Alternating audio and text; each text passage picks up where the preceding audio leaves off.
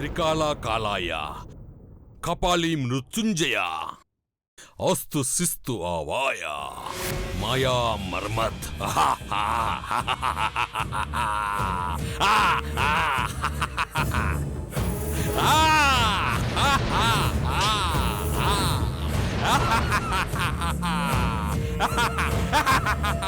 గోరా, ఏంటది వెర్రి నవ్వులు నవ్వుతున్నావెందుకు?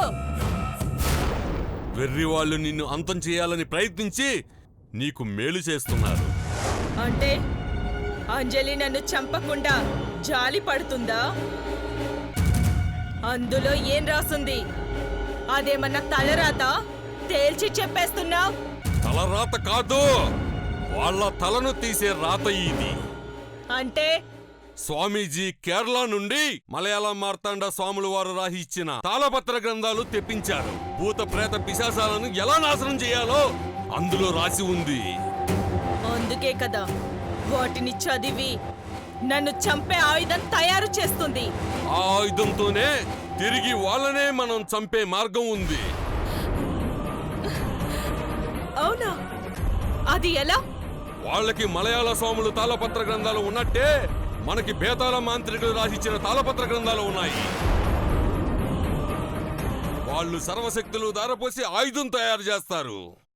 ఆ ఆయుధాన్ని మనం వశం చేసుకుంటే వాళ్ళనే మనం అంతం చేయొచ్చు.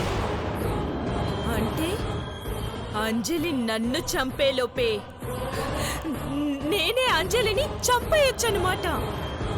అంతేకాదు, ఆ ఆయుధం నీ చేతికి వస్తే అనేక శక్తులు నీ ఆధీనంలోకి వస్తాయి. నీకు ఇక ఎదురే ఉండదు. ఎలాగైనా సరే ఆయుధాన్ని మనం సంపాదించాలి గోరా.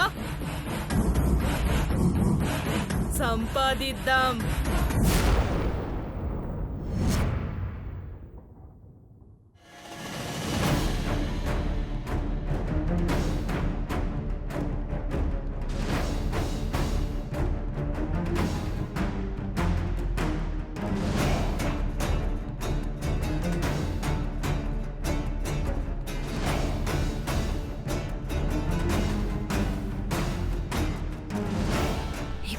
టైంలో ఎందుకొచ్చాడు?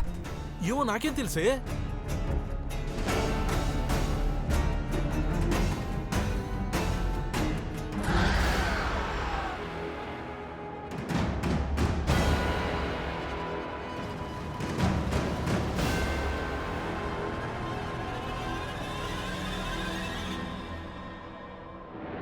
దొంగతనం చేసిందల్లా భయపడతావేంటి?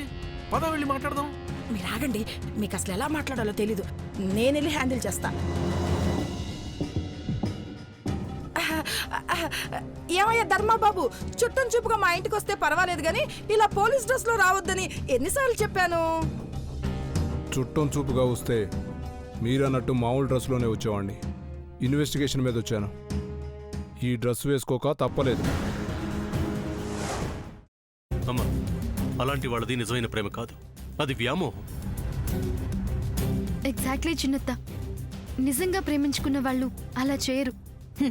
ఎంత మనసు విరిగిపోతే కన్న కూతుర్ని పట్టుకొని మా దృష్టిలో చచ్చిపోయా ఉంటుందా తల్లి?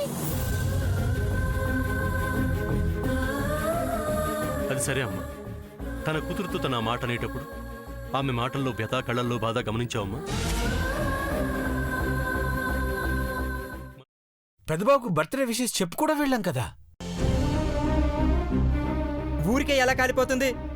మంట పెడితేనో పడితేనో తగలబడుతుంది.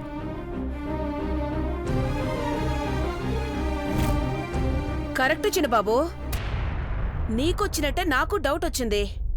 పార్వతే షర్టును తగలబెట్టిందనుకుంటా.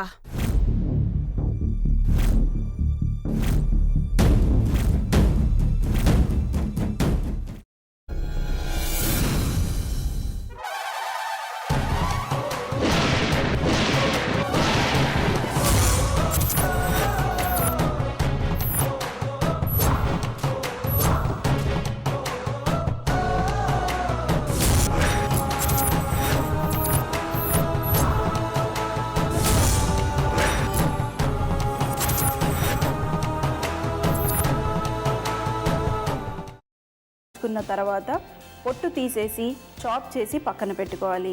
ఒక ప్యాన్లో కొద్దిగా నూనె వేడి చేసి అందులో ఆవాలు, మినప్పప్పు, శనగపప్పు, కరివేపాకు, సన్నగా తరిగి పెట్టుకున్న ఉల్లిపాయలు వేసుకుని 1 నిమిషం పాటు వేయించుకోవాలి. ఆ తర్వాత కాల్చి కట్ చేసి పెట్టుకున్న వంకాయని కూడా అందులో వేసుకుని బాగా మిక్స్ చేసి బౌల్లోకి ట్రాన్స్ఫర్ చేసుకుని అందులో తగినంత చిక్కటి పెరుగు లేదా పల్చటి పెరుగు వేసుకుని మిక్స్ చేసి అన్నంతో కానివ్వండి, చపాతీతో కానివ్వండి సర్వ్ చేసినా చాలా బాగుంటుంది.